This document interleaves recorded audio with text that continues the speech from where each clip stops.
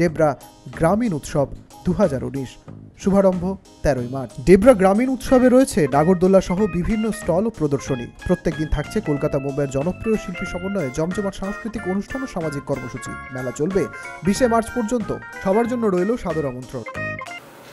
বম্বেতে ধারাবি project, অর্থাৎ বস্তির মধ্যে অর্ধেক জায়গা প্রমোটারকে দিয়ে দাও, গরিব মানুষকে রিহ্যাবিলিটেশন করে দেয়, বাদবাকিটা প্রমোটারকে দিয়ে দেওয়া হবে।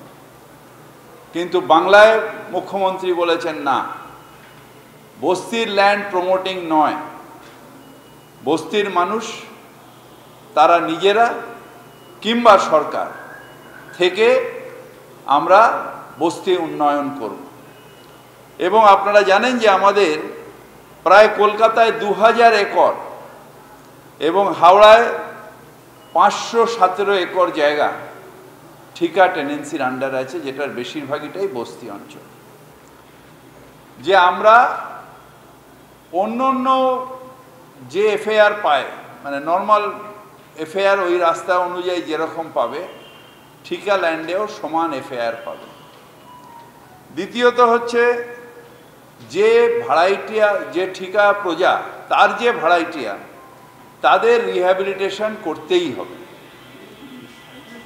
তাদের রিহ্যাবিলিটেশন করে সেই ঠিকা প্রজারা নিজেদের মধ্যে, ঠিকা প্রজা এবং তার যে ভাড়াইটিয়া, ঠিকা প্রজার যে ভাড়াইটিয়া, তারা নিজেদের মধ্যে তারা নিজেদের সুন্দর করে বাড়ি করে নিতে পারবে।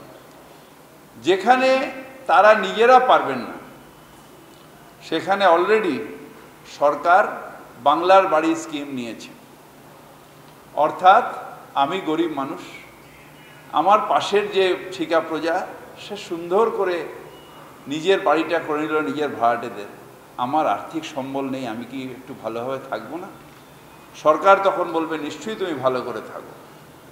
বাংলার বাড়ি প্রজেক্টে আমরা থেকে সেইখানে তাদের ভাড়াটিয়া আর ঠিকা প্রজার যতগুলো ঘর আছে সেইভাবে 385 স্কোয়ার ফিট করে ফ্ল্যাট তৈরি করে বাংলার বাড়ি করে সেই গরিব মানুষগুলোকে G+4 অর্থাৎ 5 তলা বাড়ি, অনেক সময় যদি মাটি খারাপ থাকে তাহলে অনেক সময় 4 তলা হয়, G+3, যেখানে লিফটের প্রয়োজন হবে না, সেখানে আমরা থেকে বাংলার বাড়িও আমরা করে দেবো। এটা মুখ্যমন্ত্রী আগেই এটা অ্যাপ্রুভ করেছেন ঠিকা ল্যান্ডে। এখন ঠিকা প্রজারা নিজেরাও ইচ্ছে করলে এইটা করতে পারবেন। ছেলে ধরা নিয়ে নানান গুজব নিশ্চয় শুনেছেন ইদানিংকালে। এই গুজবের ফাঁদে পা দেবেন না। এমন কিছু আদেও ঘটেনি, আর ঘটতে দেওয়াও হবে না। বিশেষ কোনো রাজনৈতিক দল তাদের সুবিধের জন্য এই অপপ্রচার করে চলেছে। এই অপপ্রচার ভাওতা ছাড়া আর কিছুই নয়। ছেলে ধরার গুজব শুনতে পেলেই সঙ্গে সঙ্গে স্থানীয় থানায় গিয়ে রিপোর্ট করুন।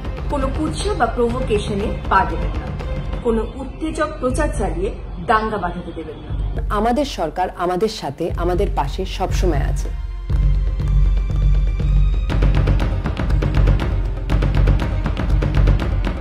আরও খবরের আপডেট পেতে সাবস্ক্রাইব করুন আমাদের ইউটিউব চ্যানেলটি আর বেল আইকনে ক্লিক করুন নোটিফিকেশনস পেতে।